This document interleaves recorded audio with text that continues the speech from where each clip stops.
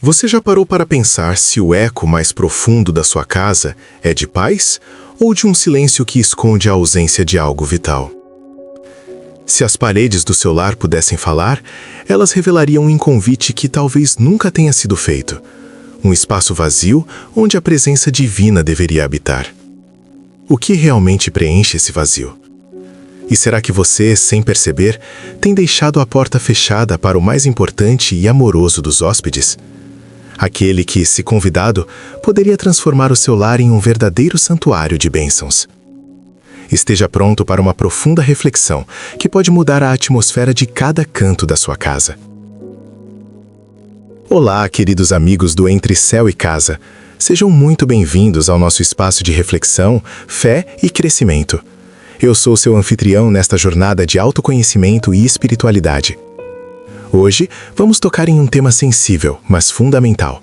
Um ponto crucial para a harmonia, a verdadeira felicidade e a paz duradoura em nossos lares e, consequentemente, em nossas vidas.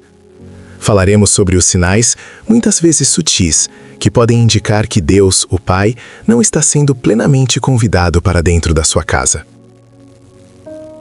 Parece uma ideia forte, não é? Pode até gerar um certo desconforto inicial. Mas não se trata de julgamento, e sim de um convite amoroso e urgente à introspecção. É um chamado para examinarmos a base do nosso lar, não com medo, mas com a esperança da transformação. Porque afinal, um lar que verdadeiramente acolhe o divino em sua essência é um lar que pulsa com paz, que irradia um amor genuíno e que floresce em prosperidade em todos os sentidos, tanto materiais quanto e principalmente espirituais. É um lugar onde cada membro da família tem a chance de florescer no autoconhecimento, na fé e no propósito divino. E você, meu caro amigo, merece ter um lar assim. Mas o que significa exatamente não convidar Deus para dentro de casa? Não estamos falando de um ato deliberado de blasfêmia ou de uma rejeição consciente, embora isso também possa acontecer. Na maioria das vezes, o não convite se manifesta na ausência silenciosa de práticas, de valores e, sobretudo, de uma busca sincera e constante pela presença e pela orientação divina. É uma priorização de outras coisas, de ruídos do mundo, que acabam abafando a voz que realmente importa. É a correria, o materialismo, a distração das telas, os conflitos não resolvidos, a falta de tempo para o sagrado. É quando a porta não é ativamente fechada, mas sim negligentemente esquecida, apenas encostada, impedindo a entrada da luz que tudo ilumina. A relevância desse tema é imensa, pois a presença ou ausência de Deus em nosso lar tem um impacto profundo e inegável em absolutamente todas as áreas de nossas vidas. Afeta a nossa paz interior, a qualidade dos nossos relacionamentos familiares, o propósito que move cada dia e até mesmo a maneira como enfrentamos os desafios e as adversidades. Imagine uma casa onde as discussões são frequentes, onde reina um vazio existencial mesmo com a abundância de bens materiais, onde os filhos parecem desprovidos de valores sólidos e onde o estresse é uma constante, quase um inquilino permanente. Esses podem ser ecos de um convite não feito. Pense na sua casa como um jardim. Se você não planta as sementes certas, se não cuida das flores, se não as rega e as nutre com atenção e carinho, o que fatalmente crescerá nesse terreno? Ervas daninhas. O jardim da sua casa, sem o cultivo da presença de Deus, pode se tornar árido, tomado por tudo aquilo que não edifica. Deus é a semente da vida, a água que nutre, o sol que ilumina, a mão que poda e direciona. Sua ausência não deixa um vazio neutro, ela abre espaço para outras influências, para tudo aquilo que nos afasta da nossa verdadeira essência. Mas como podemos realmente identificar esses sinais, que muitas vezes se disfarçam no corre-corre diário, na rotina exaustiva, nas preocupações que parecem tão urgentes? Eles são muitas vezes sutis, sussurros no vento que se tornam um vendaval se não forem ouvidos a tempo. É preciso sensibilidade e um olhar atento para a realidade espiritual do seu lar. Então, vamos mergulhar mais fundo. Quais são esses sinais que podem indicar que Deus está esperando por uma porta aberta em sua casa? O primeiro, e talvez mais evidente, é a ausência de oração e meditação diária. Você já reparou? Um lar onde não há oração conjunta, onde os membros da família não se reúnem para agradecer ou pedir, ou onde até mesmo a oração individual é esporádica ou inexistente, é um lar que, silenciosamente, escolheu a autossuficiência sobre a dependência divina. É como se disséssemos: não precisamos de ajuda, podemos lidar com tudo sozinhos. Mas será que podemos mesmo?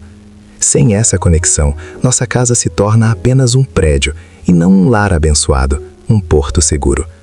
Oração é oxigênio para a alma da casa. Sem ela, a atmosfera fica pesada. O segundo sinal é o silêncio da palavra. A Bíblia, meu amigo, é a carta de amor de Deus para nós. É o nosso manual de vida, repleto de sabedoria, consolo e direção. Se ela está fechada, empoeirada, servindo apenas como um objeto decorativo, como ouviremos a voz de Deus? Como conheceremos seus preceitos, seus mandamentos de amor e vida? Um lar onde a palavra de Deus não é lida, estudada ou meditada, é um lar que se priva de uma fonte inesgotável de luz e sabedoria. É como ter um mapa para o tesouro e se recusar a abri-lo. Será que a sua Bíblia está mais aberta ou mais fechada ultimamente? Pense nisso por um momento. Em terceiro lugar, observe a falta de serviço e amor ao próximo que transcende os muros da sua casa. Jesus nos ensinou que servir é amar. Um lar egoísta, focado apenas em seus próprios interesses, em seu próprio conforto, dificilmente refletirá a luz de Deus. A hospitalidade, a generosidade, a preocupação com o necessitado, a disposição para estender a mão, esses são reflexos da presença divina. Se o seu lar se tornou uma ilha, isolado do sofrimento e das necessidades do mundo ao redor, é um sinal de que algo maior pode estar faltando. Algo que nos conecta à humanidade de uma forma mais profunda e altruísta. E em quarto lugar, e este é um ponto muito delicado, preste atenção à ausência de perdão e reconciliação. Mágoas guardadas, ressentimentos prolongados, discussões que nunca encontram um fim verdadeiro, pedidos de desculpas que jamais são pronunciados. Tudo isso constrói muros invisíveis dentro do lar, não pontes. É impossível convidar Deus para um ambiente onde a inimizade e o rancor se hospedam. O perdão é uma das maiores expressões do amor de Deus por nós, e quando o praticamos, abrimos as portas para sua graça curadora. Sem perdão, acaso se torna um campo de batalha silencioso, onde as feridas abertas impedem qualquer cura verdadeira. É um convite fechado, hermeticamente selado, pelo orgulho e pela dor. Agora, você deve estar pensando: a correria do dia a dia, a pressão do trabalho, os filhos, as contas, onde Deus se encaixa em tudo isso? Sim, a vida moderna é um turbilhão. O tempo parece escasso, a lista de afazeres é infinita. Esse é o desafio número 1 que enfrentamos. Onde encontramos os momentos para a oração, para a leitura da palavra, para o serviço ao próximo? É fácil deixar que o urgente sufoque o importante. Outro desafio comum é o ceticismo e a falta de fé, ou mesmo a dúvida que se instala silenciosamente. Muitos de nós crescemos em ambientes onde a fé não era priorizada, ou talvez tenhamos sido feridos por experiências religiosas passadas. Não sabemos como começar, não temos um guia, e a própria ideia de convidar Deus para dentro de casa pode soar abstrata ou antiquada. A descrença é um véu que obscurece a verdade. E claro, os conflitos familiares. Como é difícil orar junto quando se está brigado, não é mesmo? Como é complexo pedir perdão quando o orgulho fala mais alto, ou quando a dor é tão profunda que parece insuportável. Os atritos internos podem ser uma barreira gigantesca para a presença divina, criando uma atmosfera de tensão que afasta a paz. Mas não pense que o caminho é impossível. O desânimo é apenas mais um obstáculo. A superação começa com pequenos, mas poderosos passos. Não espere ser uma hora livre. Comece com 5 minutos de oração sincera ao acordar ou antes de dormir. Leia apenas um versículo por dia. Reflita sobre ele. A fé, como um músculo, precisa ser exercitada. Comece de onde você está, com o que você tem. Não subestime o poder de um pequeno começo. A persistência é crucial. Haverá dias em que a oração parecerá vazia, em que a palavra não fará sentido, mas não desista. A fé é um ato de vontade, de escolha diária. Peça a Deus que aumente sua fé, que ilumine seu entendimento. A honestidade diante de Deus é libertadora. Reconheça suas dificuldades, suas dúvidas, seus medos e peça a ajuda divina. Ele está pronto para ouvir. E quanto aos conflitos, foque na reconciliação. Perdoar, mesmo que a dor ainda esteja presente, é um ato de fé que abre as portas não apenas para o outro, mas principalmente para a graça de Deus em seu próprio coração e em seu lar. Você deve estar se perguntando: será que existe mesmo esperança para um lar que parece ter perdido a sintonia, um lugar onde a luz divina parece distante? A resposta é um retumbante sim. A esperança é a âncora da alma e a graça de Deus é infinita. E para provar isso, quero compartilhar uma história real, a história de Maria. Maria era uma mulher de cerca de 40 anos, com uma casa que para os olhos de fora era perfeita, uma mansão em um bairro nobre, 2 carros na garagem, filhos estudando nas melhores escolas, um marido bem-sucedido. Mas por trás da fachada impecável, sua casa era um deserto espiritual. Maria e seu marido, João, estavam casados há 15 anos, mas pareciam viver vidas paralelas. As conversas eram superficiais, os filhos passavam horas nas telas e as raras reuniões familiares acabavam em discussões sobre dinheiro ou disciplina. A paz, aquela paz verdadeira, era uma visita rara. Maria sentia um vazio existencial profundo, uma angústia que nenhuma compra ou viagem conseguia preencher. Ela lembra de uma tarde de terça-feira, no verão de 2019. Seu filho mais novo, Pedro, de apenas 7 anos, estava enfrentando sérios problemas de comportamento na escola, e o casamento de Maria e João beirava o divórcio. Naquele dia, após mais uma briga feroz com o marido, Maria se trancou no quarto, sentindo o mundo desabar sobre ela. Ela não orava há anos, mas algo dentro dela gritou por socorro. Ela se ajoelhou ali, no carpete persa de seu quarto, e fez a primeira oração sincera em anos. Não foi uma oração bonita ou elaborada, mas um clamor desesperado. Deus, se você existe, me ajude. Minha casa está desmoronando. Naquela noite, algo mudou. A partir daquele dia, Maria começou uma jornada. Ela começou a ler a Bíblia, apenas alguns versículos por dia, mas com uma sede que ela jamais imaginara. Convidou João para um pequeno momento de oração noturna, e ele, para a surpresa dela, aceitou, talvez por desespero também. Começaram pequenos, apenas agradecendo pelas refeições. Maria também fez um esforço consciente para perdoar João por antigas mágoas e pediu perdão a ele pelos seus próprios erros. Era difícil, a cada dia um novo desafio. Em poucos meses, a transformação começou a se manifestar. Não houve um milagre instantâneo, mas uma mudança gradual, uma reconstrução tijolo por tijolo. As discussões diminuíram. O silêncio na casa não era mais um vazio, mas um convite à reflexão. Maria e João começaram a passar mais tempo com os filhos, lendo histórias bíblicas, conversando sobre os valores cristãos.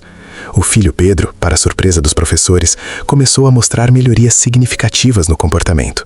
A atmosfera do lar mudou completamente. Aquela casa, antes um lugar de aparências e vazios, começou a irradiar uma paz verdadeira, um calor que vinha do profundo amor de Deus, que finalmente foi convidado para habitar ali. Maria conta que a maior reviravolta não foi ter a casa perfeita, mas descobrir que a solução para a paz e a plenitude esteve sempre disponível, batendo à porta, esperando ser convidada. Ela percebeu que a verdadeira riqueza de seu lar não estava nos bens materiais, mas na presença de Deus, que é capaz de unir corações, curar feridas e preencher qualquer vazio. Ela, que antes buscava o preenchimento em coisas externas, encontrou a fonte de tudo em sua própria casa, ao abrir o coração para o Criador. A história de Maria é um testemunho vivo de que, não importa o quão distante você se sinta ou quão perfeita sua casa pareça por fora, sempre há esperança para um novo começo, para um convite sincero. Hoje, vimos juntos os sinais que podem indicar que Deus está esperando um convite mais pleno e sincero em sua casa. A ausência de oração, a palavra silenciada, a falta de serviço e amor ao próximo que se estende para além do círculo familiar, o rancor e o egoísmo disfarçado de rotina e prioridades. Mas mais importante do que apenas identificar os problemas é saber que há sempre um caminho de volta, um caminho de redenção e renovação. Pequenos gestos, feitos com um coração sincero e contrito, podem transformar o seu lar em um santuário de paz, um refúgio da presença divina. Eu te convido de coração a refletir profundamente. Como você pode, a partir de hoje, abrir mais as portas e as janelas do seu lar para que a presença divina inunde cada canto, cada cômodo, cada relacionamento? Que pequena, mas significativa mudança você pode começar a fazer hoje mesmo, não amanhã, mas hoje. Talvez seja uma oração antes das refeições, talvez seja ler um versículo da Bíblia com sua família, talvez seja perdoar alguém que você tem carregado mágoa. Cada passo, por menor que seja, é um convite poderoso. Se este vídeo tocou o seu coração, se fez você pensar e sentir um desejo de mudança, por favor, deixe seu like. Sua interação é muito importante para nós. E se ainda não faz parte da nossa comunidade, se inscreva no canal Entre Céu e Casa. Assim, nossa família de fé e crescimento pode continuar a crescer e a inspirar mais e mais vidas. Compartilhe este vídeo com alguém que você ama, alguém que talvez precise desesperadamente dessa mensagem de esperança e renovação. Você pode ser um instrumento que Deus usa para levar luz a um lar que está em penumbras. E o mais importante, deixe seu comentário abaixo. Queremos muito ouvir sua experiência, seus desafios, suas vitórias ao convidar Deus para dentro da sua casa. Suas palavras podem inspirar outros que estão passando pela mesma situação. Lembre-se, meu amigo, sua jornada é pessoal, sim, mas você não está sozinho nela. Estamos juntos, construindo e reconstruindo lares onde o céu e a casa se encontram. Que a paz de Deus, que excede todo entendimento, esteja com você e toda a sua família, agora e para sempre. E que seu lar seja um farol da sua presença. Até a próxima, e que Deus abençoe cada passo seu.